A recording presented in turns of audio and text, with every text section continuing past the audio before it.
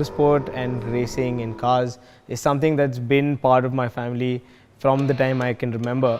My dad, my uncles have been part of motorsport in the 70s and 80s. So growing up, I was always surrounded by cars and motorsport, and that was just one thing that I knew I wanted to do. So my first instance of getting into motorsports was with karting, and I was about 10 years old. I started the National Karting Championship. I did that for about 4 to 5 years. I took some time off, but I always kind of kept in touch a little bit. And you could say my second innings in motorsport started in 2014. Motorsports and racing is considered a big taboo, and you're not encouraged to do it. But when it came to my family, they supported me, and watching my dad race, that excitement that he got when he got out of the car, or that adrenaline rush that he had, that's something that I always chased. And eventually I kind of found that when I did it myself, and there's no looking back after that.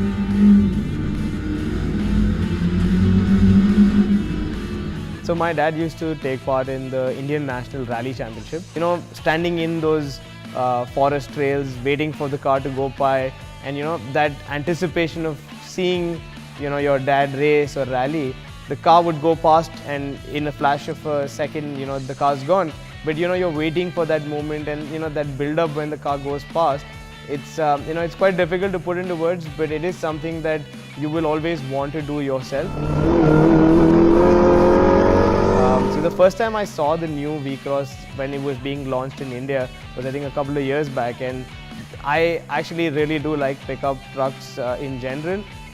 India obviously has a growing pickup culture. It's not yet at the level of, say, the United States or Thailand, but it is something that's becoming a more popular mode of transport for people to use. And when I saw that ISUZU was relaunching the pickups, and the V-Cross is coming to India, I was super excited to get behind the wheels of one of the ISUZUs and drive it myself, because that's a kind of car that I would like to use and own in my daily driving.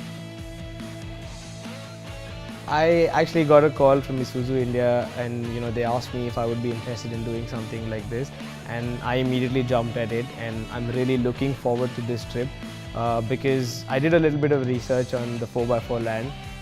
We as off-road enthusiasts, we like doing different obstacles and going over different courses, and I think the 4x4 land, it kind of tries to replicate that in a closed environment. And I think that's one thing that I'm really looking forward to, because they've purpose-built this entire place, and also obviously to see how the ISUZU performs in this environment.